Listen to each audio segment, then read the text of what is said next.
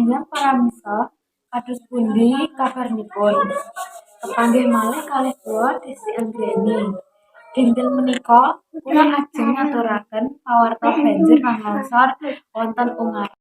Dinten Rebo 4 Januari 2023 pukul 15 WIB teng Ungaran Barat ana udan deres sing marake debit banyu Kali Gareng munggah kanthi cepet.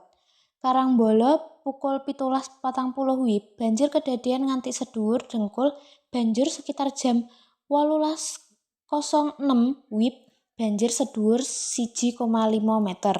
Wektu iki sekanggonan banjir wis surut.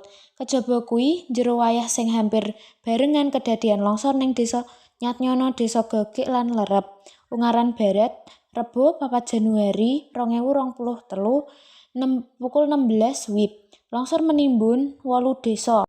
Masyarakat diimbau kanggo terus ningkatake kewaspadaan saka ancaman banjir lan longsor. Udan bakal terus ningkat, La Nina dipoleh mode negatif lan anggete saben banyon segara ning Indonesia marakake curah udan akeh luwih gedhe saka normale sing bisa micu banjir lan longsor.